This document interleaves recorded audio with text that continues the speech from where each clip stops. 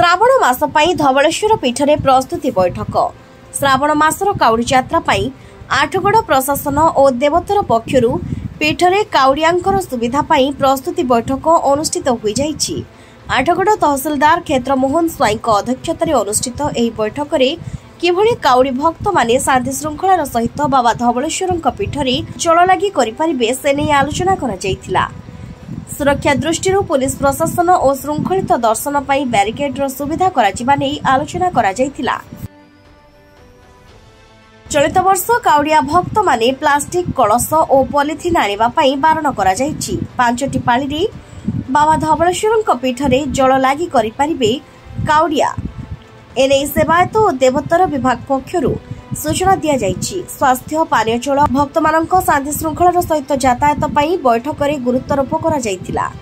अन्यमानक मध्यरे एही बैठक में समस्त विभाग प्रशासनिक अधिकारी जोग देइथिले। मो क्षेत्रमोहन स्वाई तहसिलदार आठगड़ आज धवलेश्वर काउडिया यात्रा व श्रावण यात्रा किपरि सुचारू रूप संपादित हो सबू लाइन डिपार्टमेंट सहित एवं पूजक मान सहित एक सम्मिलित बैठक आलोचना होता। ये आलोचन परिमल जल जोगाण ब्यारिकेटिंग ये सबू विषय पुंखानुपुंख भाव आलोचना करा जाई स्वास्थ्य विभाग विषय में आलोचना करागला। प्रत्येक को दायित्व अर्पण कराई एवं यह एक श्रृंखलित भाव में गोटे मास संपादित करने सबू योजना करा जाइछि एवं समस्त सहयोग रे यही कार्य संपादित हो एवं ब्यारिकेडिंग विषय रे पुलिस एवं पूजक समाज बसी जहाँ निष्पत्ति नेबे ताहा समाहित हो।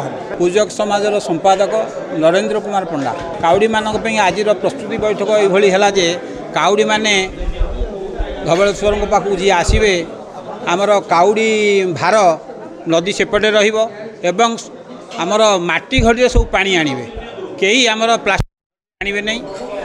समस्त प्रशासन आमको साहाय्य सहयोग करने आज दिन प्रतिश्रुति देले एवं पूजक समाज तरफ आम आमर जो भक्त मैंने आसवे केमी पानी ढला तार व्यवस्था आम करूँ।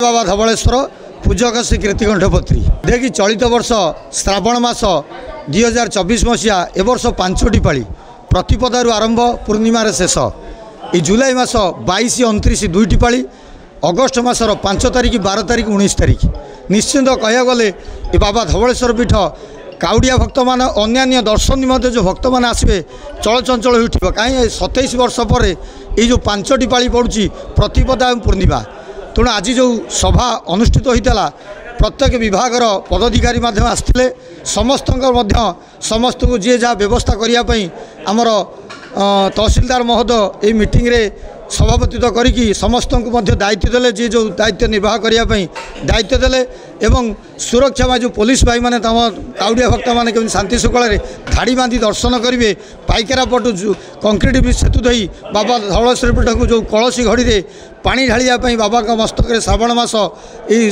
प्रत्येक सोमवार आसवे केमती शांति श्रृंखला दर्शन करेंगे एवं पूजक समाज समस्त श्रद्धालु भक्त मान केमती शांति श्रृंखला दर्शन करेंगे पानी ढालिबे समस्त मनस्कामना ये जो 5 पाली समस्त व्यापक व्यवस्था करा जाइछि। आठगड़रू दिलीप दास को रिपोर्ट संस्कार टीवी ओडिशा।